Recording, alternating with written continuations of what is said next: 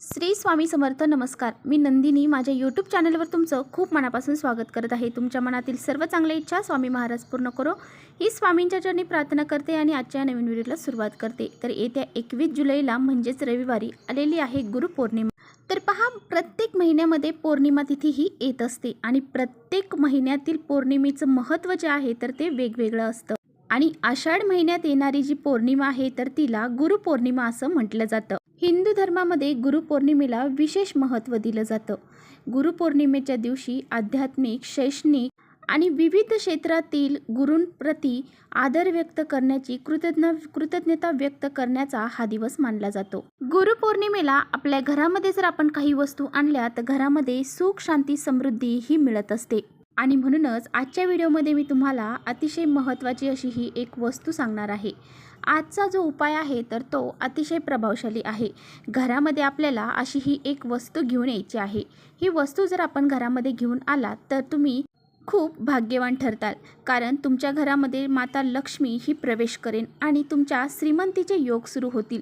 तुमच्या नशिबामध्ये जी काही श्रीमंती लिहिलेली बी नाही ती सुद्धा तुम्हाला प्राप्त होईल. त्याचबरोबर एखादी गरीब दारिद्र्य व्यक्ती आहे आणि तिने जर ही वस्तू घरामध्ये आणली ती सुद्धा धनवान बनेल. इतका हा प्रभावशाली ही जी वस्तू आहे तर ती आहे. आणि ती वस्तू कोणती आहे याबद्दलच आजच्या व्हिडिओमध्ये मी तुम्हाला सविस्तर सांगणार आहे. त्यामुळे तुम्ही कुठेही व्हिडिओ स्किप न करता शेवटपर्यंत नक्की बघा, जेणेकरून तुमच्यापर्यंत योग्य ती माहिती पोहोचेल. आपल्या चॅनलवर जर नवीन असाल तर चॅनलला लगेच सबस्क्राईब करा आणि असेच माहितीपूर्ण व्हिडिओ पाहण्यासाठी बेल आयकॉनलाही प्रेस करा, म्हणजे मी जेव्हा नवीन व्हिडिओ अपलोड करेन त्याचं नोटिफिकेशन सर्वात अगोदर तुम्हाला भेटेल आणि तुम्ही एकही व्हिडिओ मिस करणार नाही. त्याचबरोबर कमेंट्समध्ये श्री स्वामी समर्थ किंवा श्री गुरुदेव दत्त हे लिहायला विसरू नका. आणि व्हिडिओ तुम्हाला माहितीपूर्ण वाटत असेल तर आपल्या मित्रपरिवारांसोबत शेअर देखील करा. तर पहा, गुरुपौर्णिमा हा दिवस भगवान विष्णू, त्याचबरोबर जगाचे रक्षण करणारी माता लक्ष्मी आणि भगवान श्री हरी विष्णू यांचा दिवस मानला जातो. त्याचबरोबर आपले श्री स्वामी समर्थ महाराज यांची सुद्धा आपण उपासना सेवाही करत असतो. त्याचबरोबर या दिवशी जर आपण या देवी देवतांची विधिपूर्वक पूजा अर्चा केली, सेवा केली तर आपल्याला सुख, शांती, समृद्धी, ऐश्वर हे प्राप्त होत असते आणि त्यांचे कृपा आशीर्वाद देखील आपल्याला प्राप्त होतात. आणि म्हणूनच आपल्याला गुरुपौर्णिमेच्या दिवशी काही सेवा करायच्या आहेत आणि त्याच्यासोबत काही उपाय आपल्याला घरामध्ये करायचे आहेत. आज मी जी वस्तू तुम्हाला सांगणार आहे ती जर आपण आपल्या घरामध्ये आणली तर आपल्या घराकडे लक्ष्मी ही आकर्षित होते. जर आपल्या घरामध्ये सतत पैशांच्या अडचणी निर्माण होत आहेत, आलेला पैसा आपल्या घरामध्ये टिकत नाही, लक्ष्मी आपल्या घरामध्ये टिकत नाही, कोणत्या ना कोणत्या मार्गाने घरातून बाहेर निघून जात, माता लक्ष्मी आपल्यावरती प्रसन्न नसेल आणि आपण त्यामुळे पहा जे काही कष्ट करतो, मेहनत करतो त्याची फळ हे आपल्याला प्राप्त होत नाही आणि यामुळे आपल्या घरामध्ये दारिद्र्य आणि गरिबी ही येत असते. त्यामुळे पहा, पौर्णिमेच्या दिवशी आपण जर काही उपाय सेवा केल्या तर त्यामुळे आपल्या घरातील दारिद्र्य आणि गरिबी ही नष्ट होते. आता बघा, आपल्याला म्हणूनच आपल्या घरामध्ये या पौर्णिमेच्या दिवशी सर्वात महत्त्वाची वस्तू आणायची आहे ती म्हणजे हळद.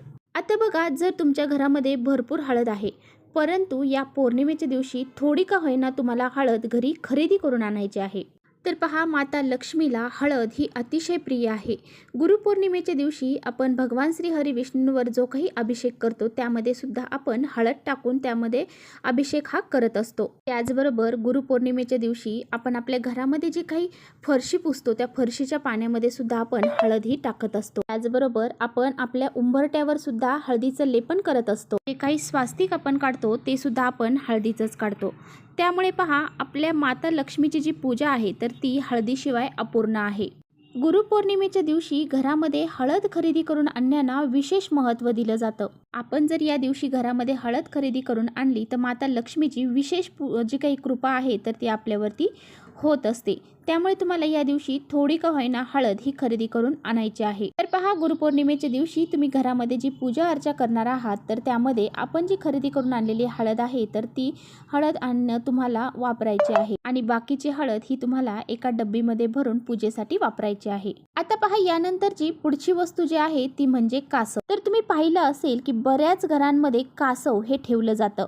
कासवाची मूर्ती किंवा मग धातूचा कासव हे आणून घरामध्ये ठेवलं जातं. तर पहा, आपल्यावरती भगवान श्री हरी विष्णू माता लक्ष्मीची कृपा होण्यासाठी आपल्याला घरामध्ये कासव हे घेऊन यायचं आहे. असं म्हटलं जातं, कासव हे भगवान श्री हरी विष्णूंचंच एक रूप आहे आणि समुद्र मंथनाच्या वेळी भगवान विष्णूंनी कासवाचं रूप धारण केलं होतं. अशा पद्धतीने तुम्हाला एक कासव हे घरामध्ये घेऊन यायचं आहे आणि ते उत्तर दिशेला स्थापन करायचं आहे.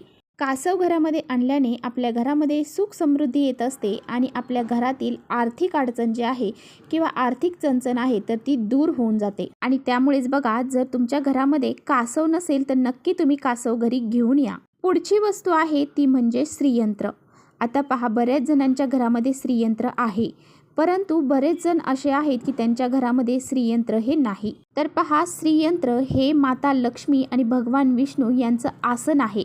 त्यामुळे आपल्याला श्रीयंत्र जर आपण घरात खरेदी करून आणलं, त्या घरामध्ये माता लक्ष्मी ही स्थिर राहते.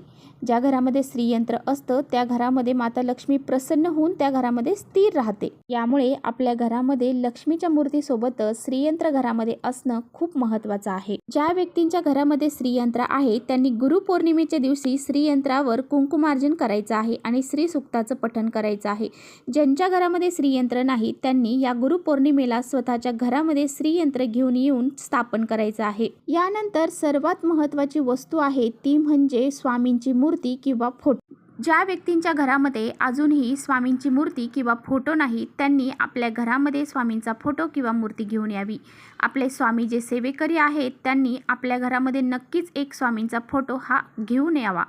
जर तुम्हाला मूर्तीवरती दररोज अभिषेक करणं किंवा तुम्हाला दररोज मूर्तीची पूजा करणं शक्य होत नसेल तर त्यांनी घरामध्ये फोटो जरी आणला तरी सुद्धा चालेल. आणि बघा, जर तुमच्या घरामध्ये तुम्हाला मूर्ती आणायची असेल तर तुम्हाला काही विशिष्ट तिथी असतात, जसं गुरुपौर्णिमा, गुरुवार असेल, स्वामींचा प्रकट दिवस असेल, दत्त जयंती असेल, तर अशा विशिष्ट तिथींना स्वामींच्या मूर्तीवर अभिषेक हा झालाच पाहिजे. त्यामुळे तुम्हाला गुरुपौर्णिमेच्या दिवशी हा जो फोटो किंवा मूर्ती जी आहे स्वामींची ती घरी घेऊन यायची आहे किंवा तुम्ही अगोदरच्या दिवशी जरी घेऊन आला तरी सुद्धा चालेल. त्याचबरोबर ज्या घरामध्ये संपत्ती टिकत नाही, त्या घरावरती खूप असं कर्ज झालेलं आहे, तुम्ही खूप सारं कर्ज आहे आणि ते फेडण्याचा प्रयत्न करत आहात, ते तुमच्याकडून फेडलं जात नाही आणि खूप प्रयत्न करूनही तुमच्या घरामध्ये आर्थिक अडचणी ह्या जाणवत आहेत, तर मग तुम्हाला या दिवशी हत्तीची प्रतिमा जी आहे तर ती घरी खरेदी करून आणायची आहे. हत्तीची मूर्ती तुम्हाला घरी घेऊन यायची आहे. म्हणजेच तुम्हाला 2 गजलक्ष्मी तुमच्या घरी घेऊन यायच्या आहेत. आपल्या हिंदू धर्मामध्ये देवी लक्ष्मीला प्रसन्न करून घेण्यासाठी हत्तीची पूजा केली जाते आणि हत्ती हे संपत्तीचं प्रतीक आहे. त्यामुळे हत्तीची पूजा केल्याने देवी लक्ष्मी आणि भगवान गणेश हे आपल्यावरती प्रसन्न होतात. त्यामुळे आपल्याला हत्तीची गजलक्ष्मी जी आहे तर त्या 2 तुम्हाला घरी या दिवशी घेऊन यायच्या आहे. त्यामुळे तुमच्या घरातील ज्या आर्थिक समस्या आहेत त्या दूर होतील आणि घरामध्ये सुख संपत्ती निर्माण होईल. त्याचबरोबर जर तुमच्या घरामध्ये अजूनही मोरपीस नसेल तर तुम्ही एक मोरपीस हा घरामध्ये खरेदी करून आणायचा आहे. ज्या घरामध्ये मोरपीस असतो त्या घरावरती कधीही वाईट शक्तींचा प्रभाव पडत नाही. त्या घरावर कधीही वाईट जे काही संकट आहेत तर ते येत नाहीत आणि त्या घरावर कधीही नकारात्मकताही येत नाही. त्या घरावर कुणाची नजरही लागत नाही. त्यामुळे तुम्हाला या दिवशी मोरपीस हा जर तुमच्याकडे नसेल तर तुम्हाला नक्की घरी खरेदी करून आणायचा आहे. मोरपीस तुम्ही घरी खरेदी करून आणल्यानंतर तुम्ही हे मोरपीस तुमच्या देवघरामध्ये ठेवू शकता. त्याचबरोबर तुमच्या घराची जी उत्तर दिशा आहे तर उत्तर दिशेच्या कोपऱ्यामध्ये ठेवू शकता. मोरपीस घरामध्ये असेल तर आपण आपल्या मुलांचा नजरदोष काढत असतो. मोरपीसने जर आपण मुलांचा नजरदोष काढला तर मुलांना कधीही नजरही लागत नाही. असं केल्याने मुलांना काही बाधा असेल, मुलांना काही नजरदोष लागलेला असेल तर ते सर्व दूर होऊन जातात. मुलांचा हट्टीपणा कमी होतो. तर अशा पद्धतीने तुम्हाला एक मोरपीस हा घरी खरेदी करून आणायचा आहे. त्याचबरोबर या दिवशी तुम्ही मीठ देखील खरेदी करू शकता. मिठाला माता लक्ष्मीचं प्रतीक मानलं जातं. या दिवशी मिठाची खरेदी जर आपण केली तर आपल्या घरामध्ये अखंड लक्ष्मी नांदत असते. या दिवशी मीठ आपण घरी खरेदी करून आणणं म्हणजे साक्षात माता लक्ष्मीला घरी आणणं हे मानलं जातं. अशा पद्धतीने तुम्हाला या सर्व गोष्टी ज्या आहेत तर त्या घरी खरेदी करून आणायच्या आहेत. ज्या तुमच्याकडे नाहीत त्या तुम्हाला नक्की घरी खरेदी करून आणायच्या आहेत. अशा पद्धतीने ज्या काही वस्तू सांगितल्या आहेत त्या जर घरी खरेदी करून आणल्या तर तुमच्या घरामध्ये कोणत्याही प्रकारचं दारिद्र्य संकट राहणार नाही. तुमचं नशीब बदलून जाईन, श्रीमंतीचे योग हे तयार होतील. तर चला इथेच थांबवते माझा व्हिडिओ. व्हिडिओ जर आवडला असेल तर नक्की लाईक करा. चॅनलवर नवीन असाल तर चॅनलला सबस्क्राईब करा. परत भेटूया अशा छानशा व्हिडिओसोबत. तोपर्यंत श्री स्वामी समर्थ.